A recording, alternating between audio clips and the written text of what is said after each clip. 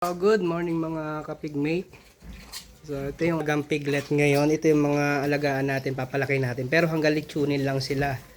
So yung nakaraan mga kapigmate, nakapagbenta tayo ng mga patining natin. So may patining tayo ditong 5. So sa ilang buwan nating alaga, so mga oversize.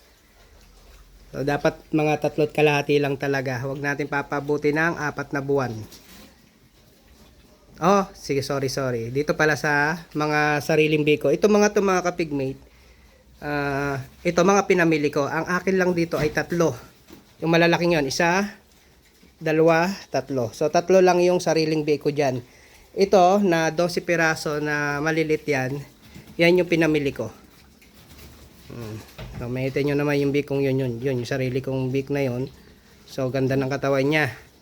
So babae yun. Tapos ito naman yung pinakamalit natin dati na kinapon natin na may luslus siya.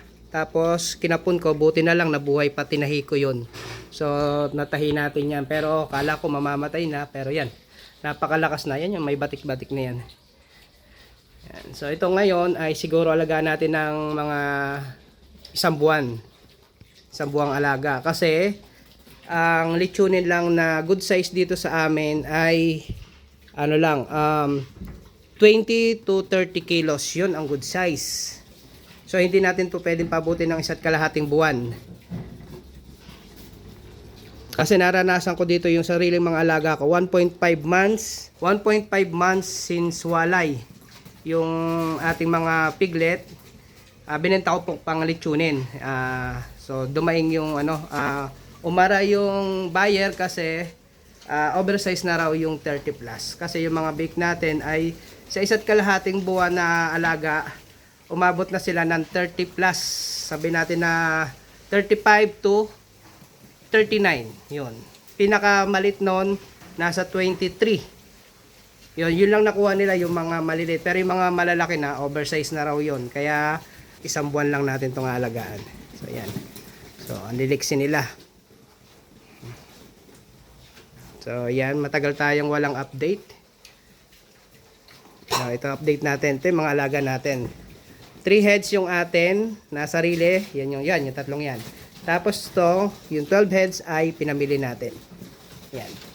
So ito munang bablog natin ngayon. So kalilipat lang nila ng kulungan dito.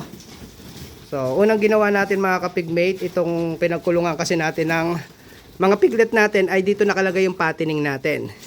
So, harvest tayo. Pagka-harvest natin, disinfectant tayo. Yan, lahat. Dati nangingitim na yan. Pati yan, palibot yan, nangingitim na lahat. So, binabad natin sila sa chlorine na may sabon. Sabon na may chlorine. Binabad natin.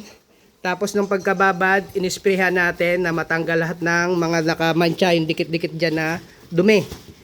Yan. Pagka-spray natin ng matanggal yung mga putik-putik, ay nag-naman tayo. Binabad ulit natin sila. So ang liliksi nila. So binabad ulit natin yung kulungan na to sa may may chlorine, sa sabon na may chlorine sa loob ng 1 oras. After 1 hour, saka ko binalnawan siya ng malinis na tubig mga kapigmate. Tapos pinalipas ko lang ang 1 gabi. Yan, saka ko nilipat tong mga piglet na to.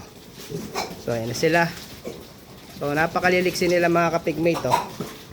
Bagong lipat sila. Tuwan-tuwa sa bagong kulungan nila. Yan.